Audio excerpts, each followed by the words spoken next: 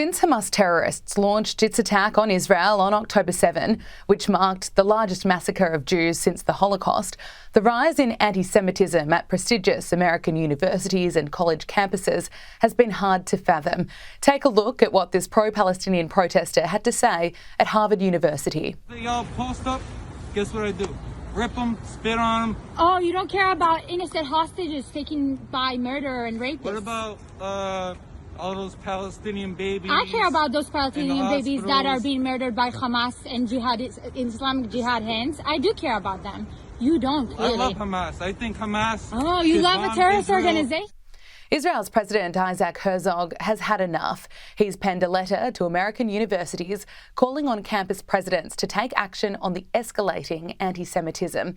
He wrote, "Never, as someone who has always looked up to the standards of the American university, could I have foreseen the images and voices that have reached me since the tragedy of October 7.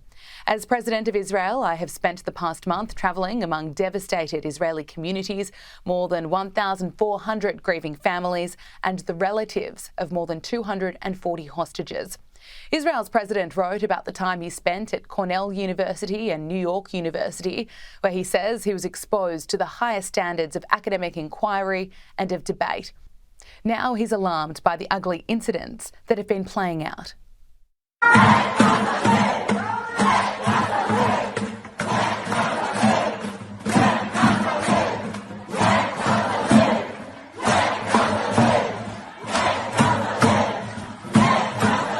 President Herzog noted that since the October 7 terror attack, he's heard of Jewish students being harassed at Harvard University, reports of Jewish students being assaulted at other campuses, signs of accusing Israel of genocide, swastikas painted on dorm doors, as well as hateful and intimidating demonstrations. Israel's president said in the letter, debate is welcome, including Israel's actions in Gaza, but the events happening on American college campuses are not a debate, but a defilement of the university and its principles. President Herzog wrote, "How can anyone endorsing, excusing or glorifying the Hamas atrocities have a place in any college or in the civilized world?" He wrote, "There is a difference between free speech and speech that promotes violence," and he's called on universities to lead the way in combating anti-Semitism by creating a task force to develop a plan of action for the campus and the wider community. I think that the educational system in the United States is on a decline. I mean, we just talked on the 5 about the fact that in Oregon, they don't care if you pass. They're just going to let you leave school and say you graduated. Look, for the longest time, we've dealt with young people in college. You know, my feelings are hurt. I need a corner to cry in. You need to understand how I feel. You know, the microaggressions, you know, how I feel, how you make me feel, how you should feel. It's all about feelings. Then all of a sudden, when they're confronted with grotesque, inhuman crimes, they're like, I support the other side. They have no feelings for that, for the people that suffered at all. No. I mean, at all. It's been 1 month since Hamas gunmen executed more than 1,400 Israeli men, women and children and kidnapped hundreds more. Now an Irish-born father and Hamas attack survivor is coming to terms with the unexpected news that his daughter Emily, who he thought was dead, may still be alive. From the morning of the 7th till now is a nightmare, roller coaster, tragedy. The anguish Thomas Hand is about to describe has left him trembling for weeks. It's a journey of death and a hope of resurrection, he says, is impossible to imagine. On the day it was Russian roulette, whether you made it or not. On October 7th, Hamas fighters stormed the kibbutz Be'eri, killing roughly 130 people and ravaging the community of 1,100 residents. That morning, Thomas's 8-year-old daughter Emily was sleeping at a friend's house.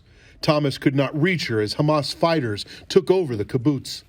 Days after the attack, the Irish-born father spoke with CNN's Clarissa Ward about the moment he was told his daughter had been killed. Thomas waited 2 agonizing days before getting the news. They just said, "We found Emily. She's dead." And I went, "Yes!" I went, "Yes," and smiled. because that is the best news of the possibilities that I knew. She'd be in a dark room filled with Christ knows how many people and terrified every minute, hour, day and possible years to come. So death was a blessing, an absolute blessing. Thomas says leaders of the Be'eri kibbutz community told him Emily's body was seen in the aftermath. But almost a month after the massacre, Thomas was given news that almost made him collapse. He says the Israeli army told him it's highly probable Emily is alive and a Hamas hostage. How were you told the news that Emily might be alive? That was official from the army, with all the information that they have, the intelligence that they have. It's very likely that she's been taken to Gaza. Thomas says he's been told Emily's body is not with the remains of victims and that there was no blood found inside the home where she slept the night before. Thomas also says that cell phones belonging to the family Emily was staying with have been tracked inside Gaza. When you spoke with Clarissa Ward a few weeks ago, you said death would be a blessing in this situation. That's how I felt at the time, yeah. How do you describe where you are now? Extremely worried about her, obviously. What conditions she's been held in. She's, more than likely in a tunnel somewhere under Gaza. Your imagination is horrible. And it's her birthday on the 17th of this month. She'll be 9. She won't even know what day it is. She won't know what day it is. She won't know it's her birthday. There'll be no birthday cake, no party, no friends. She'll just be petrified in a tunnel under Gaza. That's her birthday. Thomas is now flooded with the hope and the despair of what his daughter might be enduring. He prays she can somehow hear these words to her. If Emily is watching, just to let her know that we love her. All of us, we're all waiting for her to come back safely. The survivors of the Be'eri kibbutz are temporarily living in a hotel. In the lobby, there's a vigil to all the kidnapped hostages. Now Emily's family says the young girl's photo will be placed next to the others. You described as being a hostage as worse than death. I believe so. It's the unknown is awful. The waiting is awful, but that's what we've got to do now. Just pray and hope that she comes back in some broken state, but we can fix her. We'll fix her somehow.